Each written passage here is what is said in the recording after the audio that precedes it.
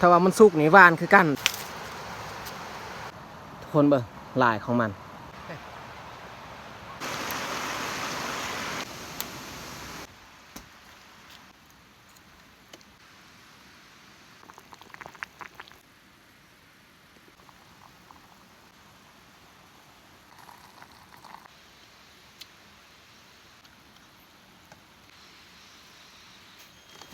เอาผ้าห่มมันนี้อีกปกใส่โต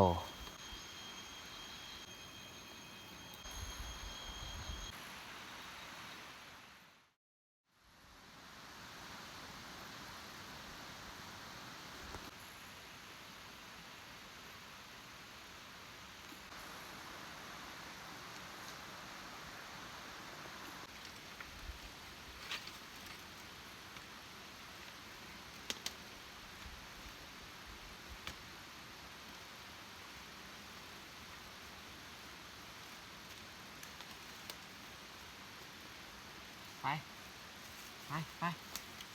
ดำ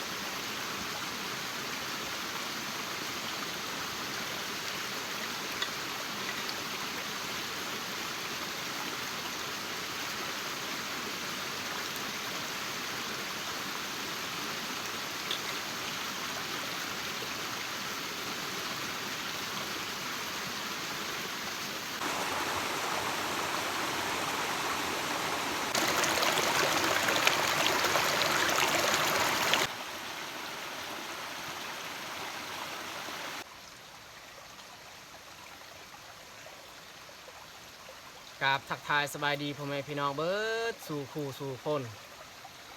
สำหรับวันนี้ข่อยกะย่างเขาปลาเขาห้วยสิไปซอกหาเก็บอันนั้นพืชผักจากปลาเพื่อมาทำอาหารการกินอยู่ที่พักที่เราได้สร้างสำเร็จสมบูรณ์แล้ว แต่บ่ฮู้ว่าเราสิได้ผักอีหยังมากินสำหรับตอนแรกวันนี้แต่ทุกคนได้ตามเบิ่งได้ตามชมนำคอยเลย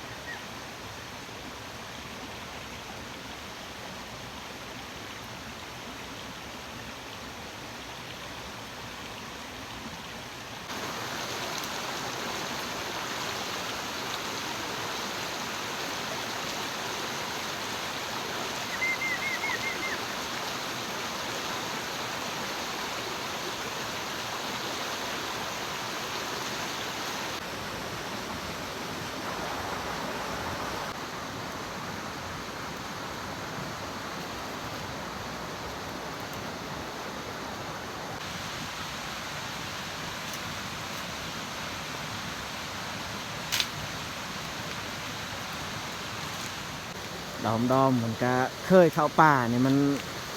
เลาะไปกลางป่ามันบ่ย่านพันใดแล้วบ่คือแต่ก้อนมันย่าน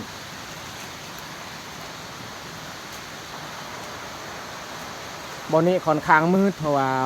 ห่มต้นไม้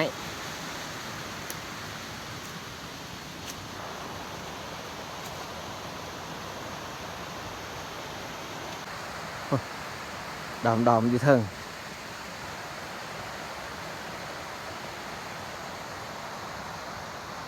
เขาสิเข้าไปเบิ้งอันนั้นปีกล้วยอันนี้บริเวณต้นกล้วยปลาค่อนข้างหลายเขาสิย่างขึ้นไปเบิ้งว่ามันมีปีหรือบ่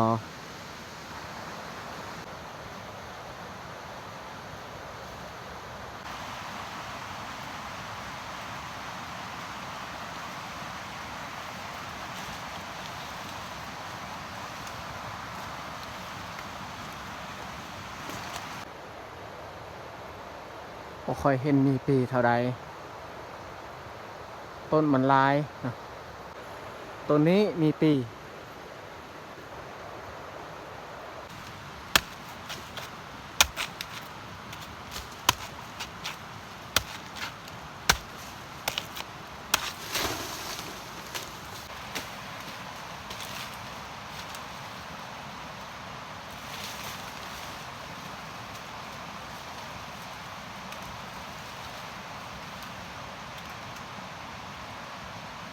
ปีมันน้อยอีหลี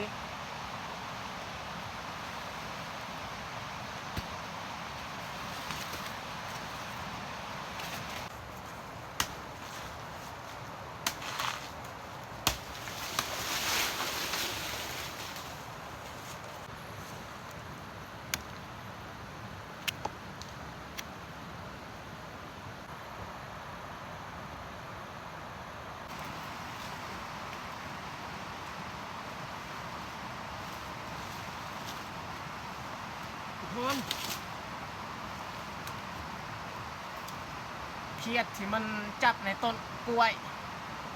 ปลาบูว่าเฮากินได้หรือบ่ทุกคนเบิ่งดิลายมันจะคล้ายคือต้นกล้วยปลาเลยทุกคนเบิ่งลายของมัน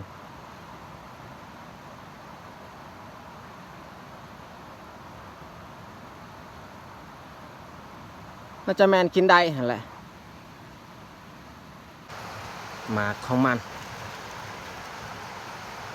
ถ้าว่ามันสุกนี่หวานคือกันได้หมากแต่ว่ามันมีแกนมันลาย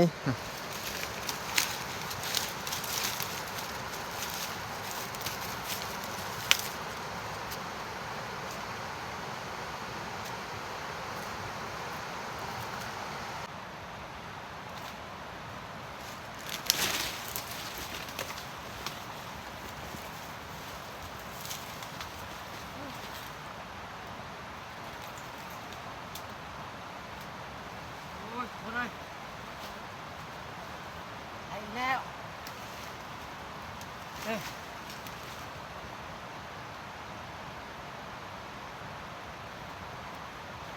โอ้คันเขาไปเยี่ยมกลางคืนเนี่ยคือสิได้อยู่เขียดตะปาดมันจับตามต้นกล้วยป่า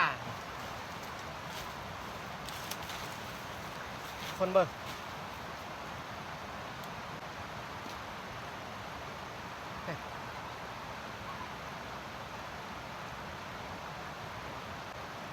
ตัวนี้นี่มันจับตามต้นไม้ตัววังกี้นี่มันจับ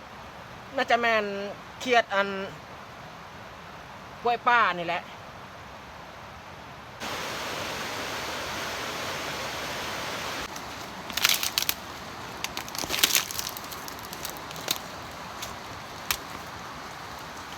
ดอมจักหายตัวไปทางใดแหละบ่เห็น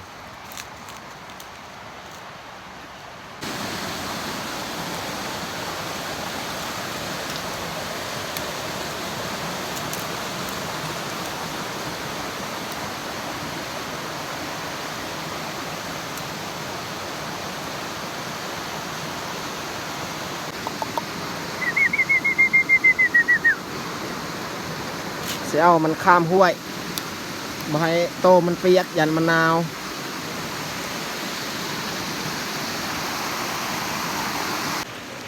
ลง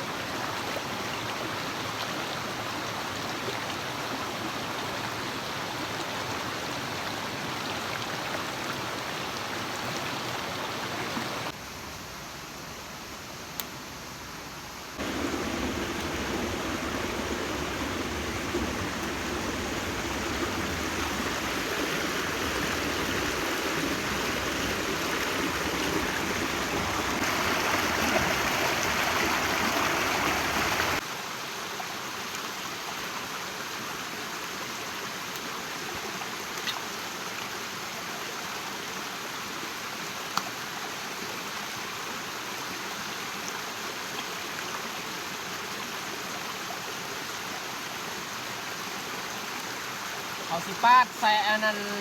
เขียดที่เราจับได้เพราะว่าเราขึ้นที่พักนี่มัน มีน้ำบ่หลายอยู่นี่สบายเฮาล้างทำความสะอาดง่ายก็เลยปาดไว้อยู่นี่เอาห่อไว้ใส่ใบไม้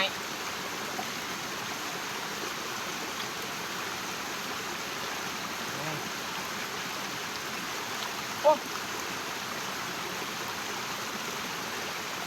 ยังกระโดดเลย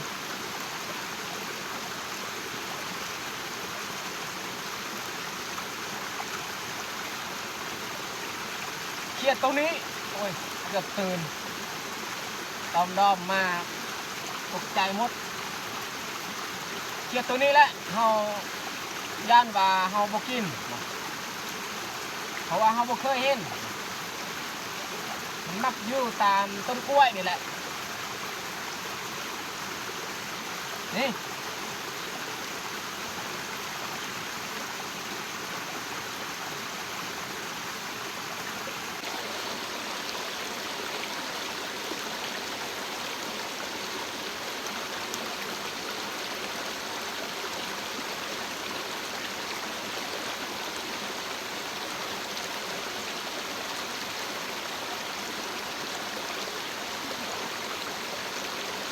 กำลังมีไข่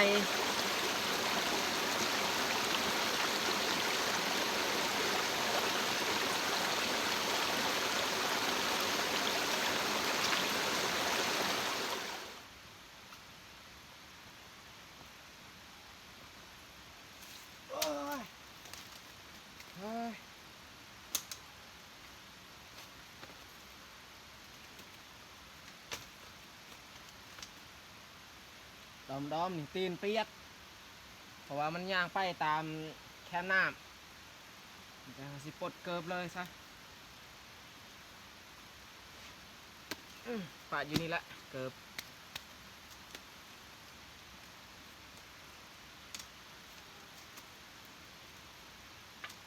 มาเบิ่งผลงานที่เรา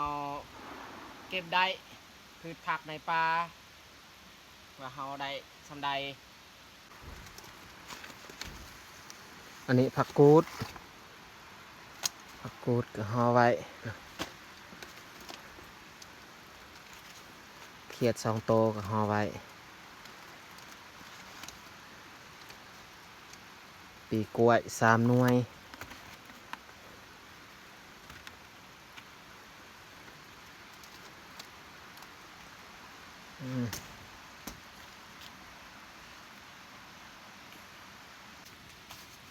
เอาผ้าบัดปูไว้ก่อนมาให้มันเย็นเวลาเฮานั่ง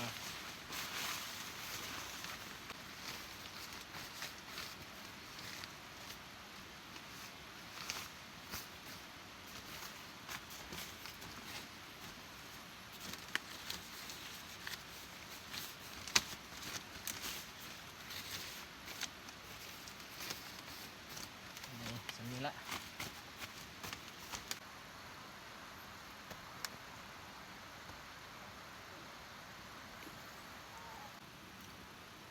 มาหอดที่พักเอาจุดไฟก่อนเพราะว่ามันมียุงแต่ว่าฟืนก็ค่อนข้างเปียกซึม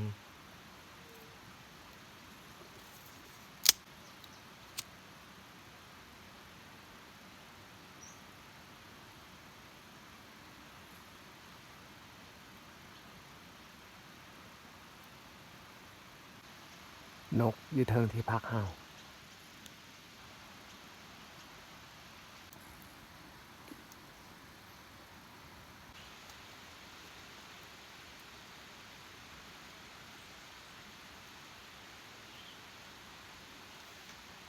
ดอมเนี่ยนอนเลย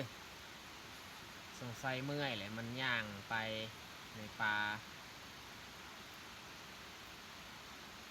พอจุดไฟแล้วนี่ยุงหายตรงกี้นี่มียุงนะแล้วอยู่ใน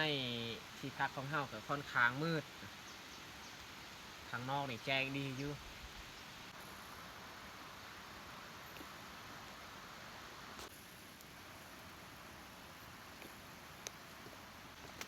ผักกูดกับซัมพูดี้เฮากินหั่นแหละคนเดียวเนี่ยก็ลายพอสมควรแล้วเฮากินสนิทส่วนปีกล้วยนี่เฮาเอาไปต้มประมาณหน่วยนึงก็น่าจะพอกินแล้ว เอาปอกออกตัวมันแก่นี้มันแก่เกินไป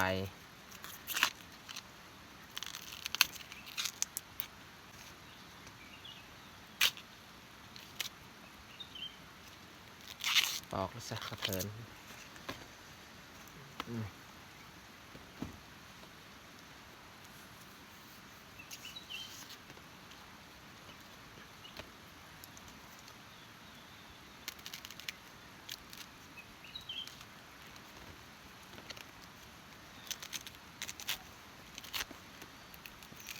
เอาสิต้มแล้วก็เอามาจำแจว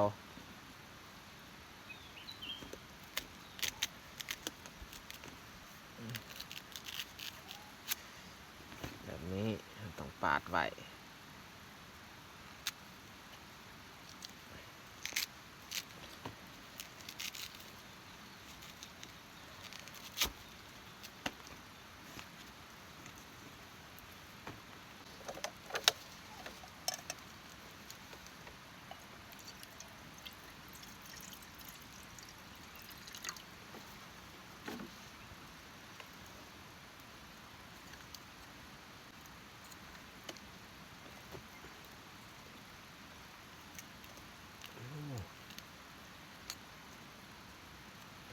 ต้มใบปีกล้วยก่อน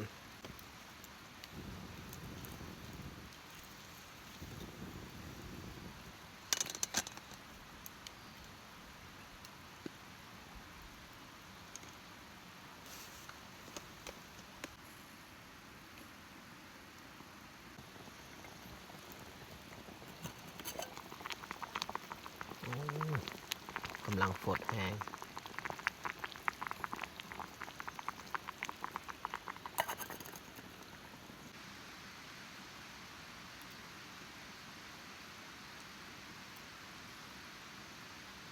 พูดนี่เขาเลือกเอาตัวยอดอ่อนสุดตัวคอนข้างแก้นี่เขาปะบอลเดียววันนี้เพราะว่ามันร้ายแล้วคนเดียวกินคือว่าร้ายสนิทำซ่องคนกับพอดีกินสนิอันนี้แหละผักกูดที่คอนข้างแก่อันนี้ยอดอ่อนสุด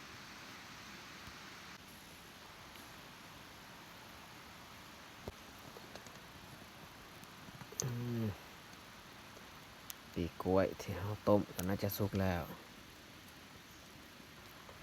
โอ้มันดูด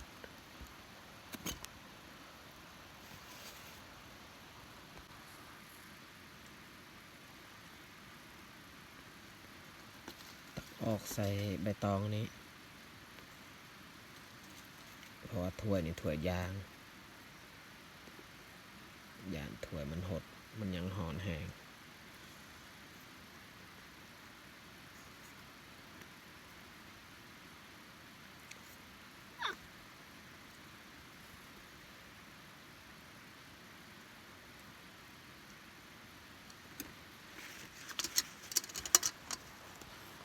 น้ำนี่ทอกทิ้ง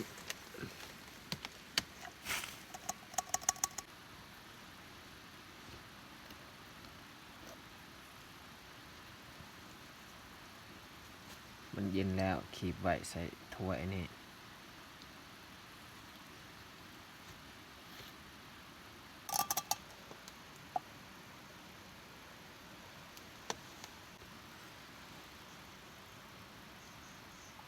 โอ้น้ำมันก็เบิดแล้วทุกคนเลย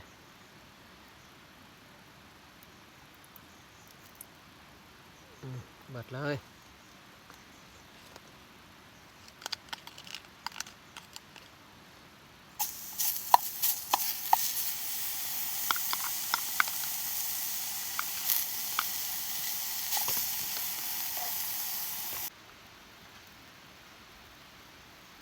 เอาเขียดของเฮาลงเลย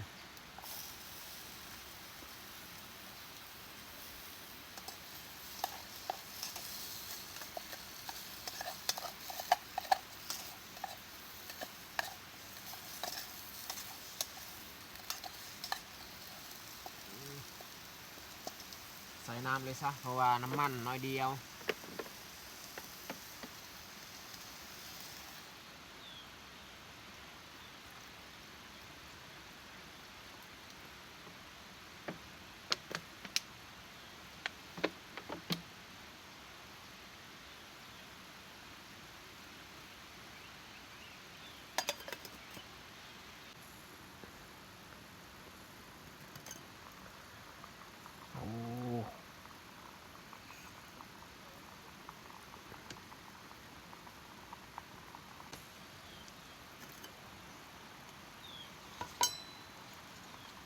ส่ผักกูดลงเลยซะ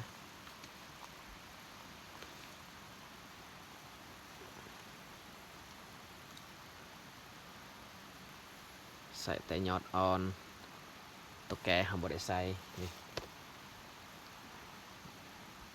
ก็บ่ได้แก่ดอกถ้าว่าเขามาหลายคนเขาก็ใส่เบิดนั่นแหละปกติแต่ว่าเอามาคนเดียวนี่สำนีก็พอกินตัวนี้ปลาไว้ซอยไว้เลยผักบัว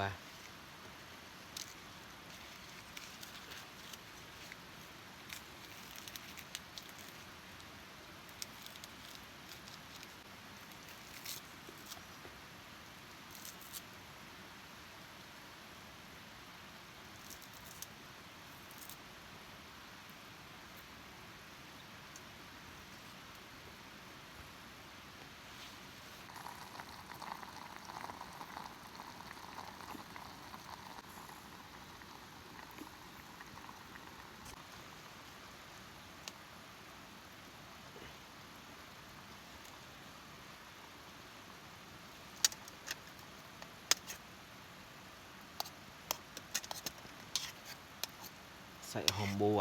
สุดท้ายดีสุกเลยของกินเฮา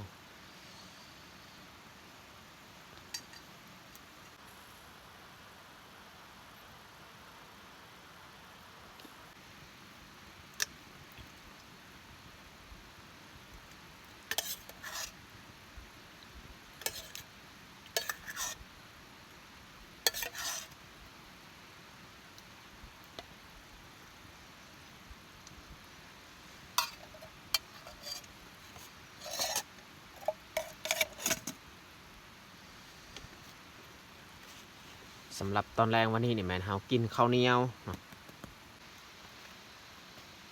เอามาทุกคนมากินข้าวแรกน้ำกัน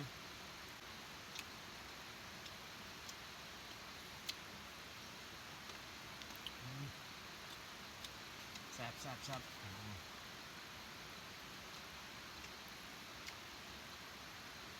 บดอมนี่สิแมนออกเข่าปลามันตื้นแต่นอนเมื่อกี้มันแลนเข่าปลา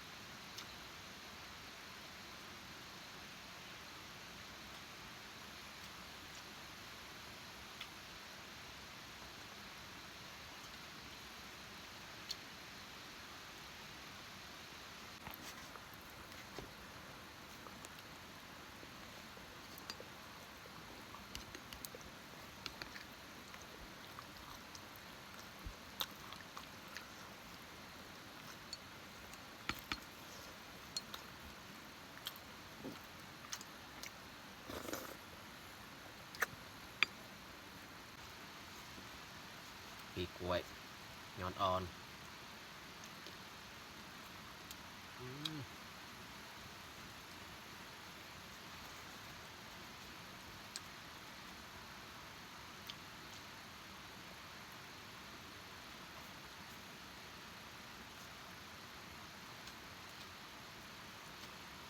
เดินเท่านึงเขาได้กินปีกล้วยนี่รู้สึกแซ่บ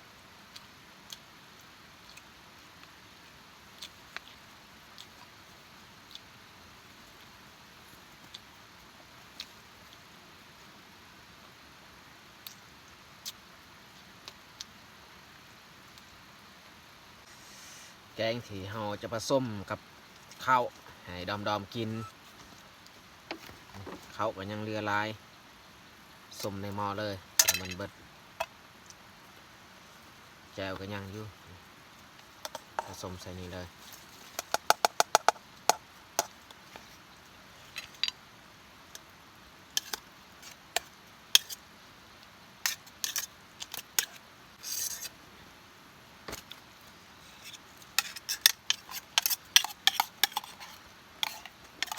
พาไว้ เผาอย่าเผากิน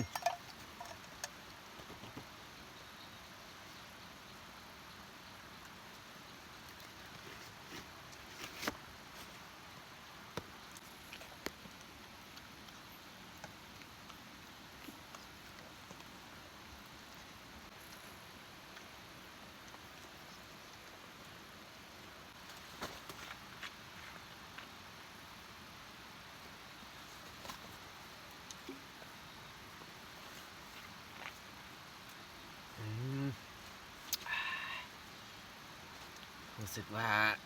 เมื่อได้กินน้ำนี่มีแห้งสุดๆเลยแห้งน้ำเย็นๆอีกส่วนอากาศหนาวนี่น้ำเย็นขนาดแต่ว่าเรากินน้ำส่วนอากาศเย็นแบบนี้เรากินบ่หลายเพราะว่าน้ำมันเย็นแห้งก็คือน้ำแบบเราปะในตู้เย็นนั่นแหละเรากินบ่ได้หลายถ้าว่าน้ำแบบมันอุ่นๆน้ำแบบนั้นนี่เรากินหลายขนาด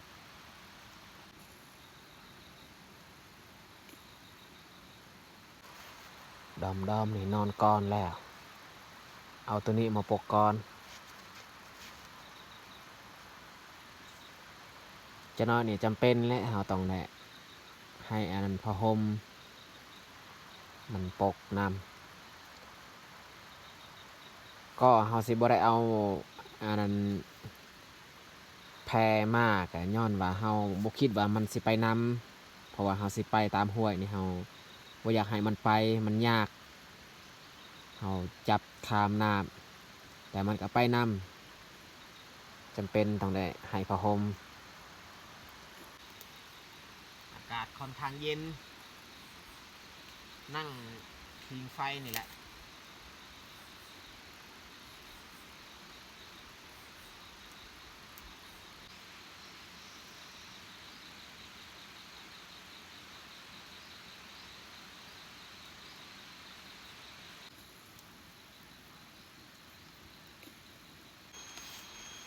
เกียมหลับเกียมนอนแล้วทุกคนเอ้ย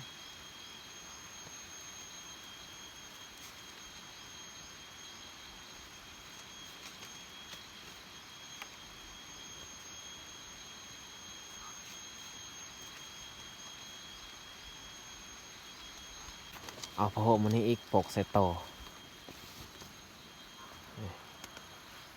ให้มันอุ่นปกเบื้องตีนให้มันนอนเบื้องตีนเฮามันนอนไก่โตเฮานี่บางทีมีโตมัดนะปกไว้แบบนี้แหละให้นอนอุ่น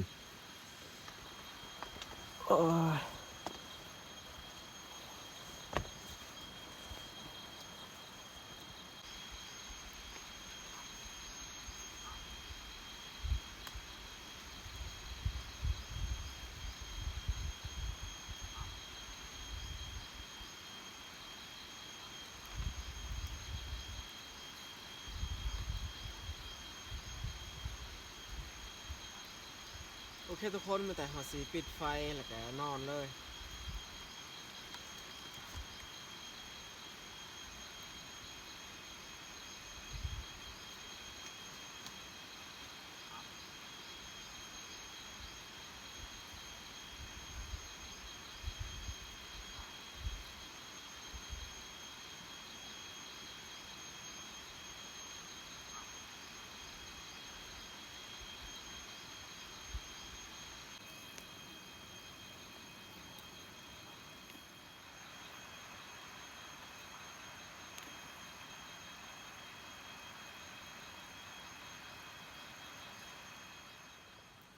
ตอนดึกรู้สึกว่าเย็นเข่า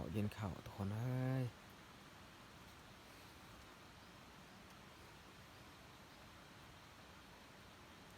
นอนคนเดียวนี่เย็นกว่าเฮานอน2 คนเลยถ้าว่าอาเตือยบ่คาเวียกนี่เฮาสิพาเพิ่นไปตลอดแต่ว่าเพิ่นคาเวียกก็เลยไปคนเดียวไปกับเพิ่น2 คนนี่รู้สึกว่านอนอุ่นเลยโอเคมาแต่งสินอนต่ออีก